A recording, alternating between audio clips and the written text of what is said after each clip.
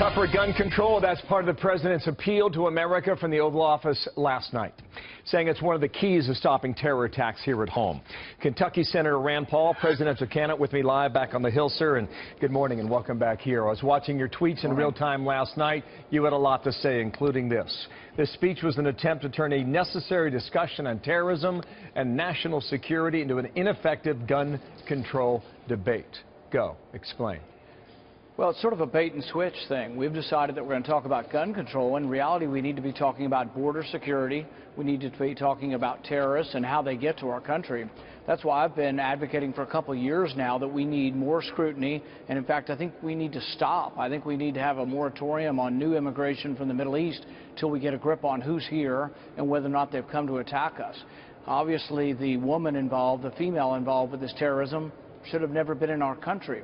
It also appears as if she was dishonest on her papers to get here, and even the president in his speech admitted as much, that we didn't have enough scrutiny on her coming here.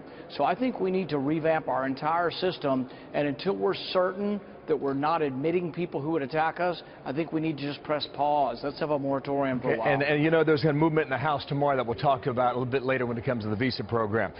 Repeatedly, the president says there's no war against Islam. Who says there is one?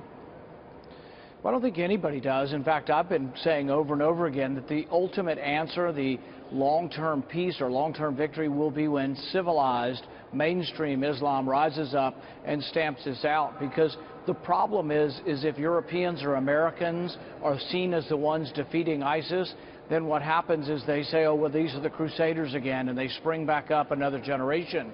But I think if Islam says this is not part of Islam, that's ultimately the one we'll get to the victory. So why is that not happening? I mean, you hear a little bit of it. I mean, NBC on Sunday morning had a little bit of that on their broadcast on Sunday morning. But why is it not happening? And what is the suggestion? Does it tell you that there are more sympathizers in this world that we care to be honest about? I think right now what has happened is that the battle between Sunni and Shiite has dominated over the battle between mainstream and aberrant Islam. So what you have is you have Saudi Arabia, Qatar, and other Sunni nations pouring millions of tons of weapons on the side of ISIS because they don't like Assad because he's a Shiite. Same way in Iraq. They're not really that sympathetic towards the Baghdad government because they're Shiite. So the Turks actually have really not stepped up to the game against ISIS because they're like, well, we also hate the Kurds and we also hate the Shiites. And so really it's caught up in these long-standing wars. But the ultimate answer is when Sunni Islam rises up and says ISIS does not represent us, that's when we're going to have a victory. We're still waiting on that. You say regime change doesn't work. Look at Iraq, look at Libya. I understand the point you're making on that, but the president last night said we don't want to put 100,000 of our young men and women for a decade in another Middle Eastern war. But sir, I don't know who is advocating 100,000 men and women in the Middle East again. Name one.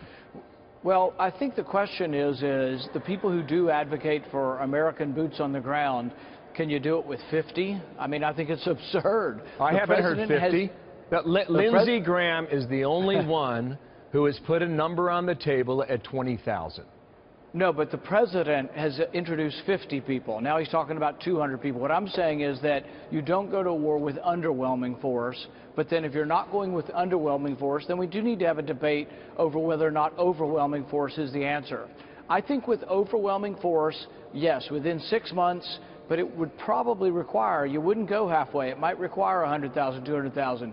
The problem is it'll be a temporary victory. We will wipe out ISIS, but then another generation festers and comes forward.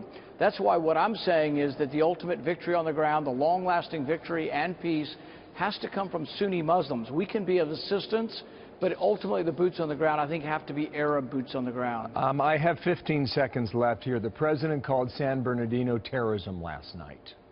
Are we starting to come around on this PC world?